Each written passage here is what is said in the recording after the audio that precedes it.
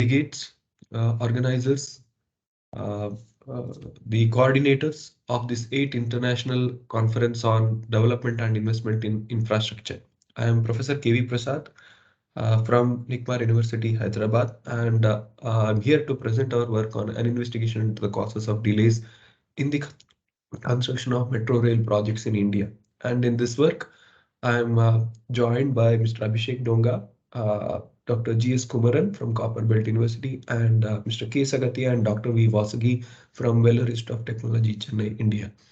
So the flow of the presentation is we will start with the introduction, proceed to the literature review. We will discuss upon the research methodology, the data analysis, the results and discussion section to highlight what are the significant results, and finally we will conclude with the major conclusions of this study. So, as you may understand, construction projects play a very significant role in the economic development of any nation, and in India, it contributes nearly 7% to the global domestic product, the GDP. And India presently is a very growing economy, and it was supposed to be the third largest construction market by 2022 before the pandemic struck. And there is a tremendous need for urban rail projects, urban infrastructure, which helps in reducing the traffic congestions, delays, pollution, and ease the commuting for the public. And as we speak, the Indian government has recognized this problem and has taken up more than about 500 kilometers of metro rail construction is happening across India, and another 600 kilometers are under various stages of clearance and approval. But as you can see here in this is the statistic of the central government projects with currency of more than 150 crore in size. And from this, you can see that nearly about 30% of the projects are 27% of the projects are delayed with the cost overrun of nearly 18%. Now, this is very, very significant in terms of the number of projects India is planned to execute in the near 2-3 years. Nearly about 100 lakh crores of Indian currency money is planned to be spent by the Indian government. So when specifically coming to the Indian metro rail projects, this is we have taken up some of the biggest metro rail projects happening in India. And as you can see here, the anticipated date or the actual dates of completion of these biggest metro rail projects in India start with a delay of as low as about 3 years to as high as about 9 years, which is very, very significant, and it very defeats the very purpose of taking up these large infrastructure projects. Therefore, we wanted to understand as to what are the causes of delay in these projects. So we started with the literature review, and numerous delay causes were identified from the different sectors. And we also understood that many of these works were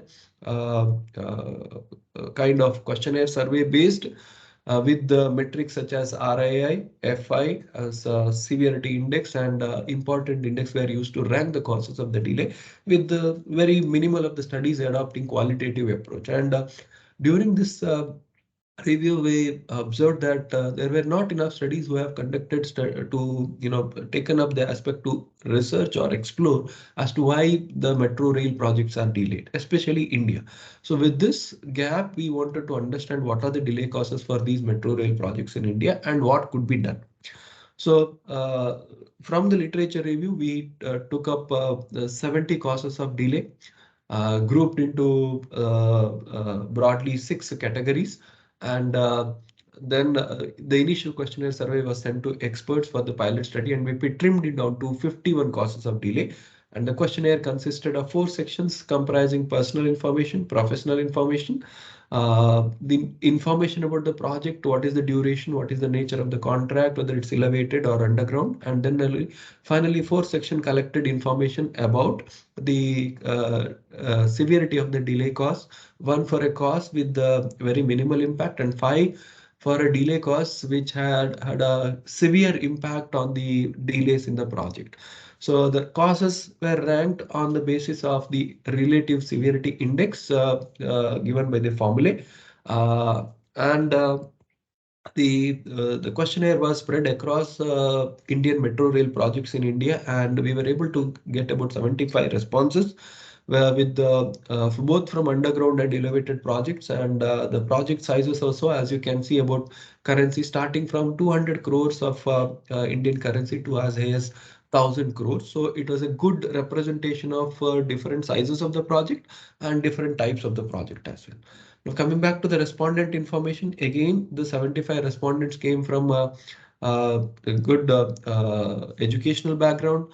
Their roles were from clients, contractors, and consultants, good educational qualifications, both from both the type of the contracts, such as cash contract or item rate, and EPC contracts, and from the different departments, engineering, project planning, site execution, and contracts. It comprised a very good diverse mix of the respondents. Then initially we started with statistical analysis. We adopted SPSS version 24 for the various statistical tests.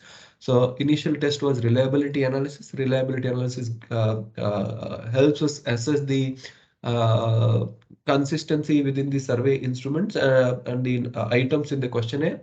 And the value greater than zero point 0.7 is found to be good. And in this case, we obtained a value of 0.96, indicating very high degree of internal consistency. This was followed by analysis of variance test, ANOVA, which is carried out at 95% confidence level between the three groups of respondents, clients, contractors, and consultant, to understand is there any difference in their opinion on the severity of the causes of delay in metro projects. And it was found that there was 70% of the causes did not had any difference, which means all of these respondents largely agreed on the opinion of these delay causes.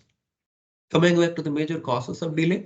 So we started with the local authorities permission, escalation in the material prices, changes in the government policies, laws, regulation, poor labor productivity, weak coordination, and non-availability of operators, financial constraints, conflict between parties, subcontractors, and improper bid stage. So these were found to be the major causes of delay in Indian contracts, and uh, a good coordination between the different authorities, various permissions is very much essential for metro projects.